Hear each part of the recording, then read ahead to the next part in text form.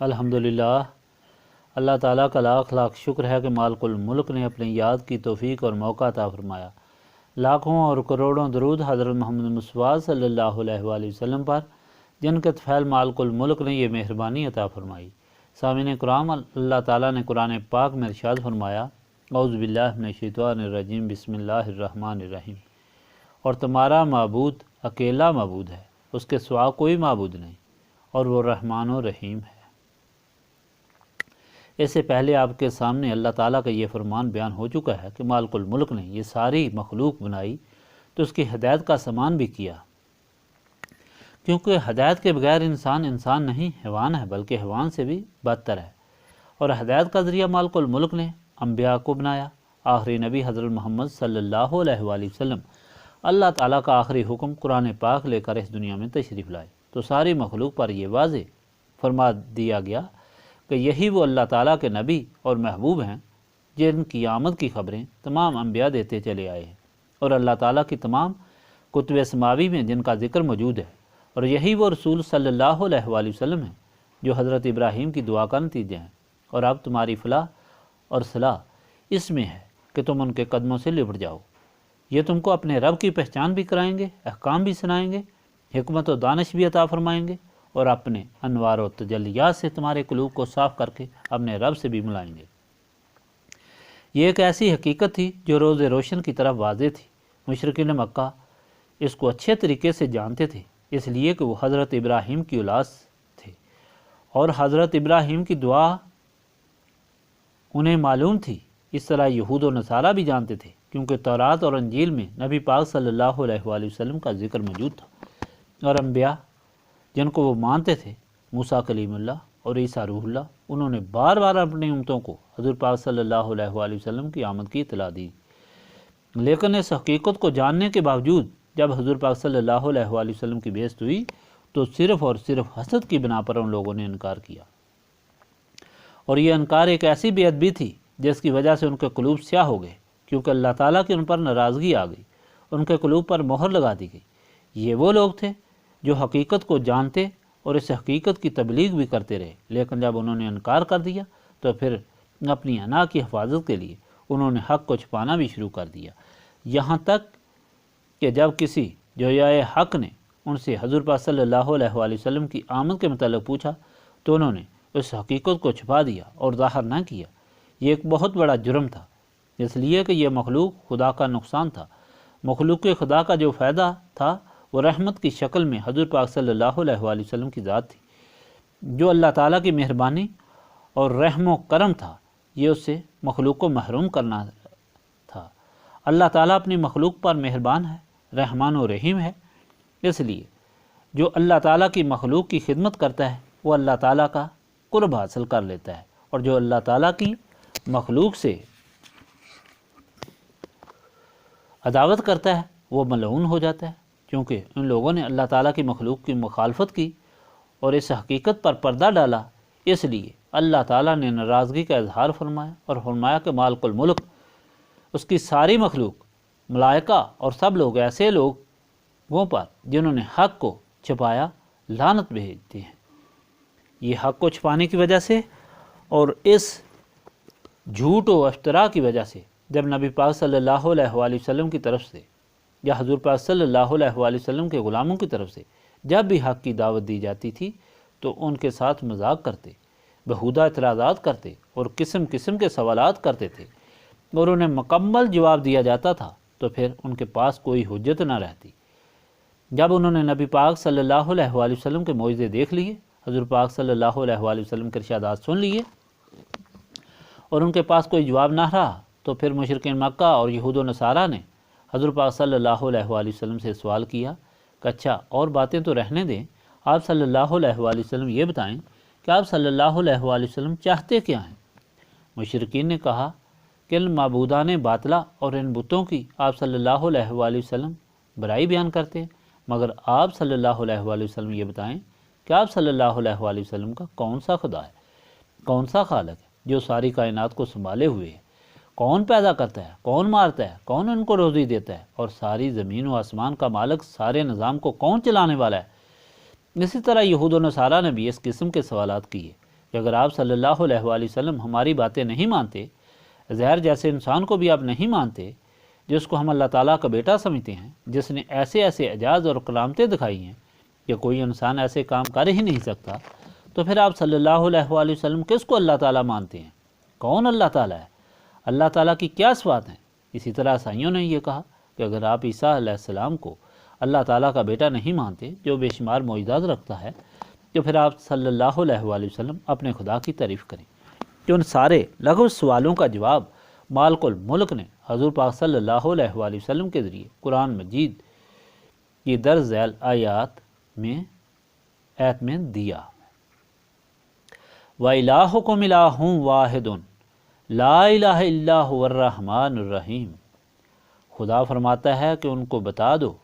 کہ تم سب کا جو معبود ہے وہ صرف ایک اللہ ہے اور وہی عبادت کے لائق ہے،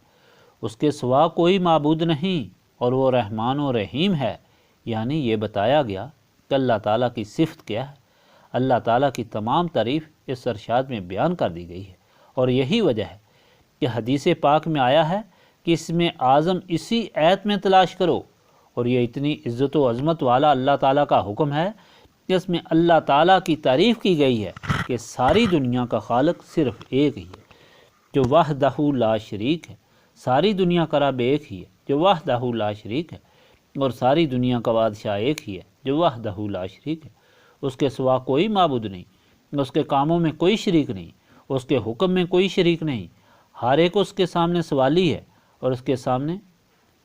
ملتجی اور عاجز ہے۔ یہ اللہ تعالیٰ کی تعریف ہے، اور اس تعریف کے بعد جو حکم دیا گیا وہ یہ ہے کہ تمہارا مالک وہی ہے جو وحدہ لا شریک اللہ ہے، خالق تمہارا وہی اللہ ہے اور رب تمہارا وہی اللہ ہے۔ تو پھر تم کیا کرو؟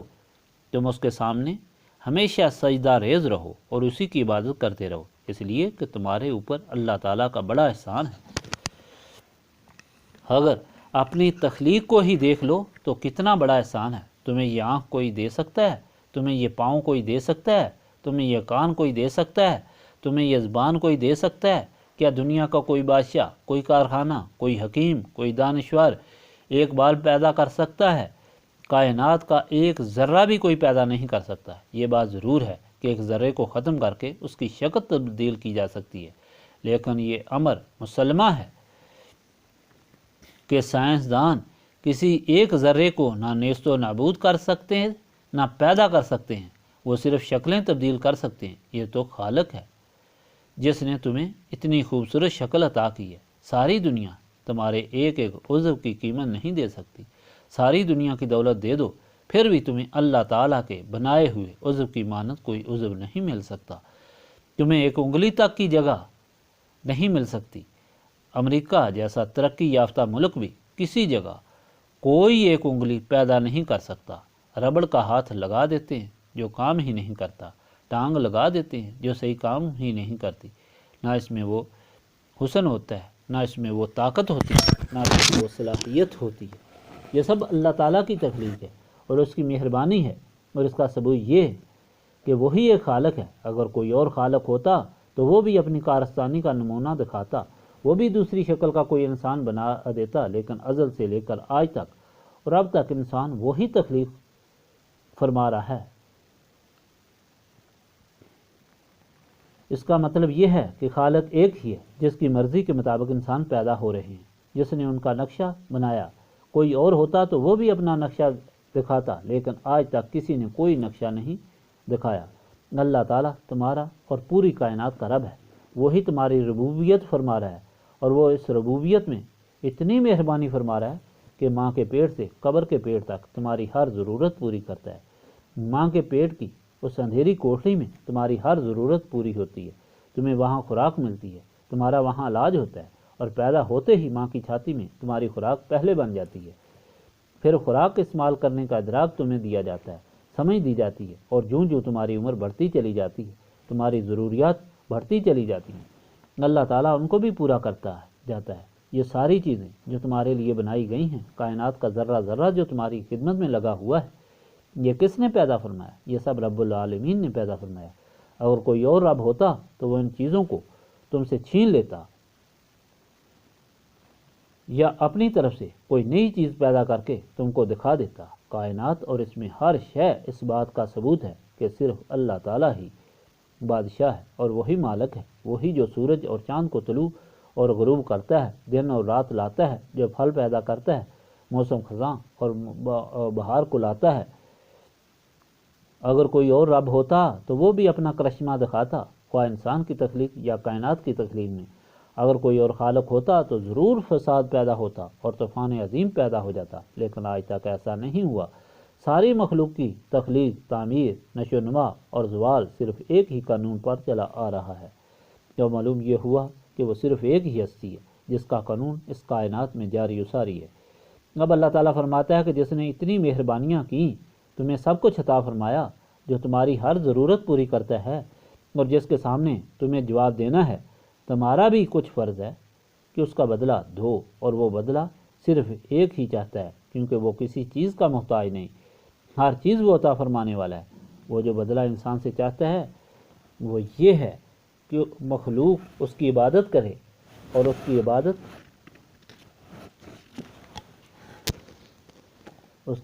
کس طرح کرے؟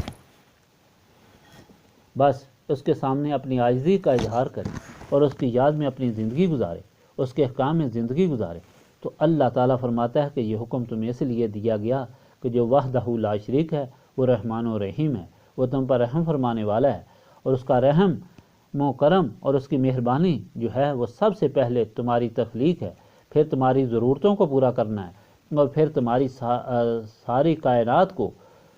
تمہاری خدمت میں لگانا ہے، اور پھر سب سے بڑا اس کا رحم و کرم یہ ہے کہ باوجود اس کے کہ تم اس کو بھول جاتے ہو، تم اس کی حکم عدولی کرتے ہو، تم اس کے خلاف عمل کرتے ہو، اس کے باوجود وہ تمہیں سزا نہیں دیتا، تم اس کو گالیاں بھی دیتے ہو، اس کی ہستی سے انکار بھی کرتے ہو، تو پھر بھی تم اس کی دی ہوئی آنکھ سے دیکھتے ہو، اسی کے دیے ہوئے کان سے سنتے ہو، اسی کی دی ہوئی زبان سے بولتے ہو، اسی کی زمین پر چلتے ہو، اسی کا دیا ہوا رزق کھاتے ہو، اور اسی کی دی ہوئی عقل سے کام لیتے ہو۔ تم اس کے خلاف باتیں بھی کرتے ہو اور اس کی علان حکم عدولی بھی کرتے ہو، تو وہ تم سے چھینتا نہیں ایک وقت مقرر تک جو اس نے مقرر فرمایا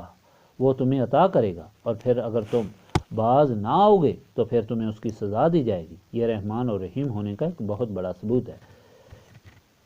اور پھر اس سے بھی بڑا ثبوت یہ ہے کہ دنیا میں اگر کوئی ایک دوسرے سے ناراض ہو جائے اور اپنے محسن کا احسان بھی نہ مانے تو وہ محسن کبھی اس کی طرف التفات نہیں کرے گا۔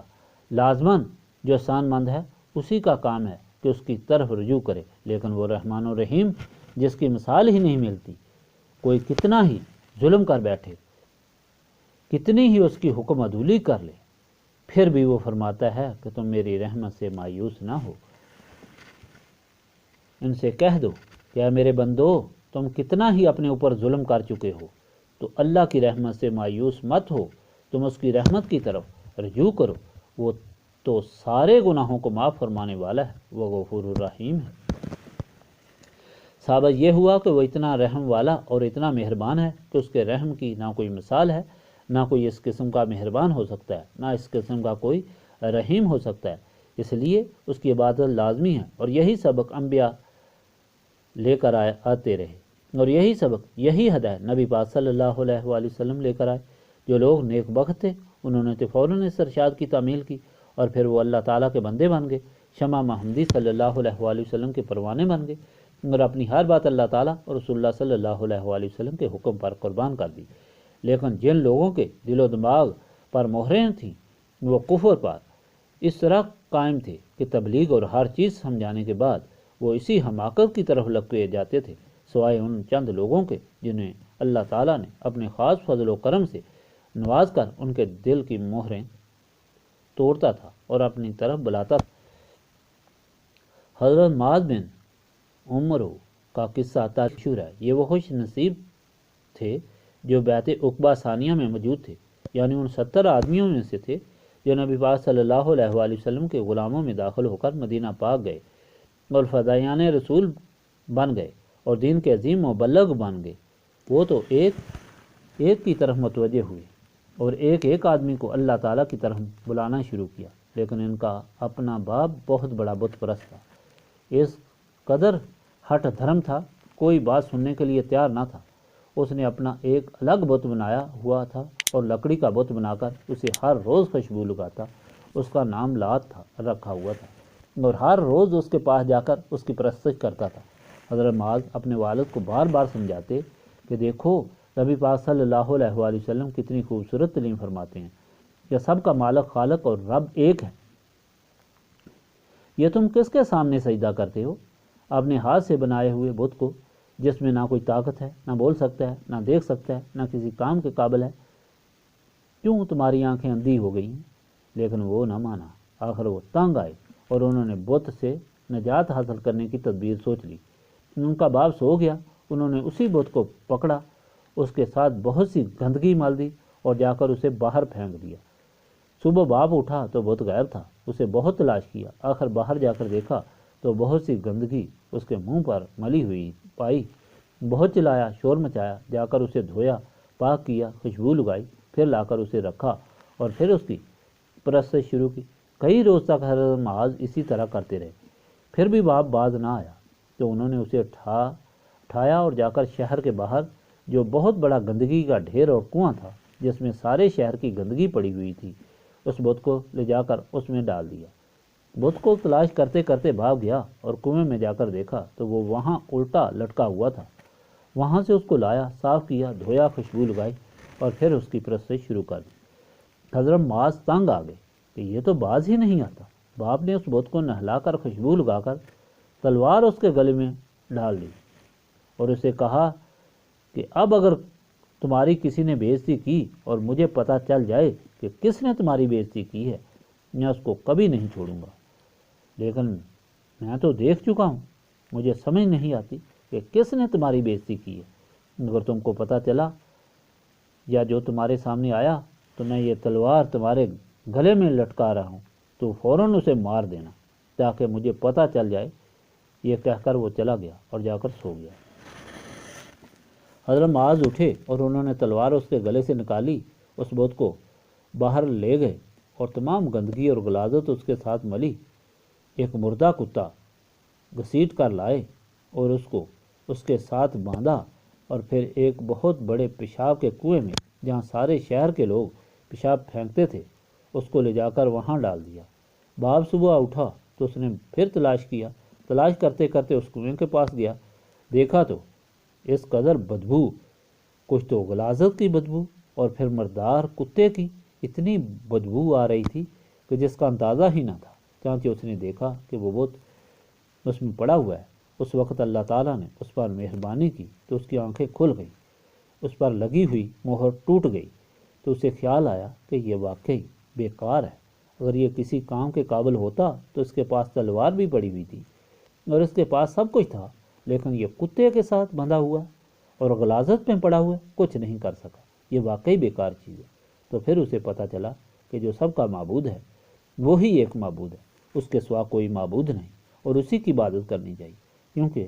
اس کے انسانوں پر بہت بڑے احسان اور بہت بڑی مہربانیاں ہیں۔ سامعین کرام، یہ تو ایک ثابت شدہ بات ہوئی کہ کس طرح انسان سمجھ تو گیا، لیکن ایک ہی وحدہ لا شریک جو خالق اور مالک ہے اس کی پرستش اور اس کی عبادت ضروری ہے۔ لیکن یہ جو راستے میں حوادث پیدا ہوتے ہیں، جو مشکلات پیدا ہوتی ہیں، ان کو انسان کسی طرح عبور کر سکتا ہے؟ کیا ہر انسان کے لیے ممکن ہے؟ ہرگز نہیں۔ ہر انسان اس طرح کر سکتا ہے کہ وہ بت کو کہ جس کو اس کا باپ خدا سمجھتا ہو اس کے ساتھ گندگی مل کر اس کو جا کر پھینکے؟ کوئی جرت کر سکتا ہے؟ کبھی نہیں۔ وہ اپنے باپ کے حکم کے خلاف بات کرنے کو تیار نہیں ہوتا۔ کئی لوگ ہمارے پاس آتے ہیں اور کہتے ہیں کہ ہم نے بیعت تو ہونا تھا لیکن اپنے ماں باپ سے اجازت لے کر نہیں آئے۔ کیا اللہ تعالیٰ کے راستے میں کسی اجازت کی ضرورت ہے؟ اللہ تعالیٰ کے راستے میں تو ماں کو بھی قربان کرنے کی ضرورت ہے، باپ کو بھی قربان کرنے کی ضرورت ہے، لیکن ایک طاقت کی ضرورت ہے جو طاقت یہ بتائے کہ صرف اللہ تعالیٰ کی طرف متوجہ رہنا ہے، اللہ تعالیٰ کے رسول صلی اللہ علیہ وآلہ وسلم کی طرف متوجہ رہنا ہے اور باقی سب رشتوں کو قربان کرنا ہے۔ باپ کے خدا کو باہر جا کے پھینکنا تو الگ بات ہے۔ باپ کی ایک بکری کے متعلق کوئی شخص بول نہیں سکتا، باپ کے کتے کو بھی کوئی کچھ نہیں کہہ سکتا، جب تک وہ طاقت موجود نہ ہو۔ وہ کون سی طاقت ہے؟ وہ طاقت ایسی ہے کہ جب دل کے اندر پیدا ہوتی ہے تو پھر اللہ تعالیٰ اور رسول اللہ صلی اللہ علیہ وآلہ وسلم کی محبت کے مقاصد کے علاوہ کوئی چیز باقی نہیں رہتی، ہر چیز کی قیمت اس کے آگے ہیچ ہو جاتی ہے۔ اور وہ طاقت جو ہے وہ اللہ تعالیٰ کے وہ انوار و تجلیات ہیں جو نبی پاک صلی اللہ علیہ وآلہ وسلم کے سینہ مبارک میں ہیں۔ اور وہ اسی صورت میں حاصل ہو سکتے ہیں کہ انسان اپنے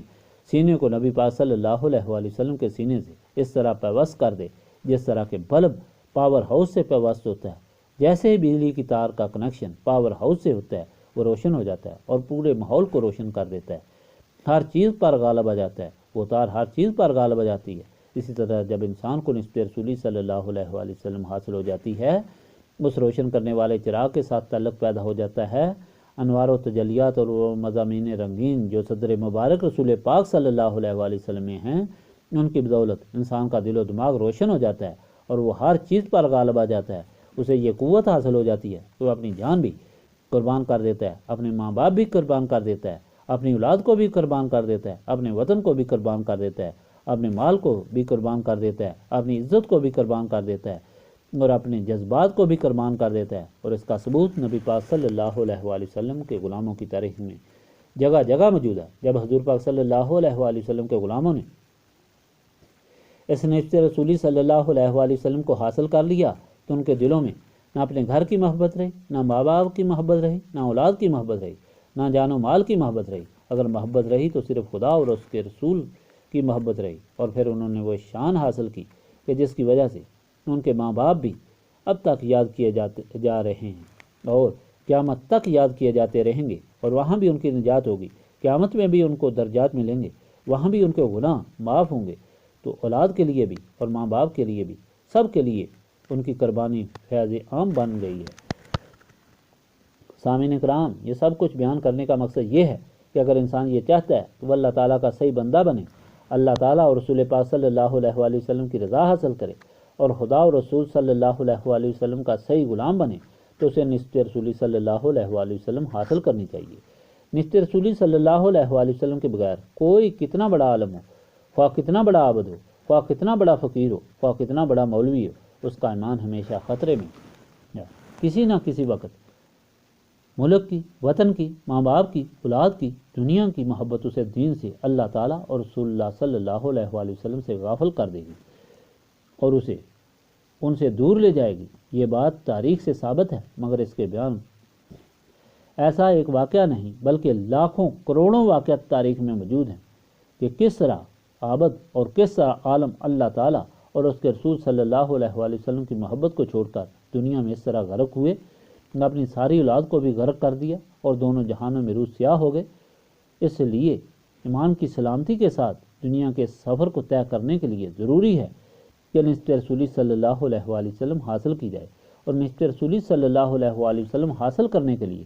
سینوں کی صفائی کی ضرورت ہے، اور سینے صاف یاد الہی سے ہوتے ہیں۔ یاد الہی کے علاوہ اس کے لیے کوئی دعا نہیں، اور یہی اس محفل کی غرض و غایت ہے کہ وہ سارے لوگ جو قسم قسم کی مصیبتوں میں مبتلا ہیں، دن رات پیر صاحب فرمایا ہمارے پاس آ کر یہاں اپنی التجائیں پیش کرتے ہیں کہ ہم خدا کے سامنے ان کے سوال پیش کریں اور ان کی مصیبتوں کا علاج انہیں بتائیں اور اللہ تعالیٰ سے ان کے لیے امداد طلب کریں، تو ان کے لیے علاج کی شکل میں یہ محفل قائم کی گئی ہے کہ وہ سارے لوگ اکٹھے ہو کر یہاں بیٹھیں اور اللہ تعالیٰ کی یاد اس کثرت سے کریں کہ ان کے سینے صاف ہو جائیں اور نسبت رسول صلی اللہ علیہ وآلہ وسلم کی دولت سے مالا مال ہو کر وہ یہاں سے لوٹیں، اور اس طرح وہ دونوں جہانوں کے غموں سے نجات بھی حاصل کریں اور دونوں جہانوں کی خوشیاں بھی انہیں ملیں اور دونوں جہانوں میں سرخرو اور سرفراز ہوں۔ اللہم صلی علی سیدنا محمد وعلی آلہ وصحابہ صراطا تقوم مولانا امان من کل خوف، لا الہ الا انت سبحانک انی کنت من الظالمین، استغفر اللہ العظیم الذی لا الہ الا هو الحی القیوم واتوب الیہ، استغفر اللہ العظیم الذی لا الہ الا هو الحی القیوم واتوب الیہ، استغفر اللہ العظیم الذی لا الہ الا هو الحی القیوم واتوب الیہ، ربنا تقبل منا انک انت السمیع العلیم وتب علینا انک انت التواب الرحیم۔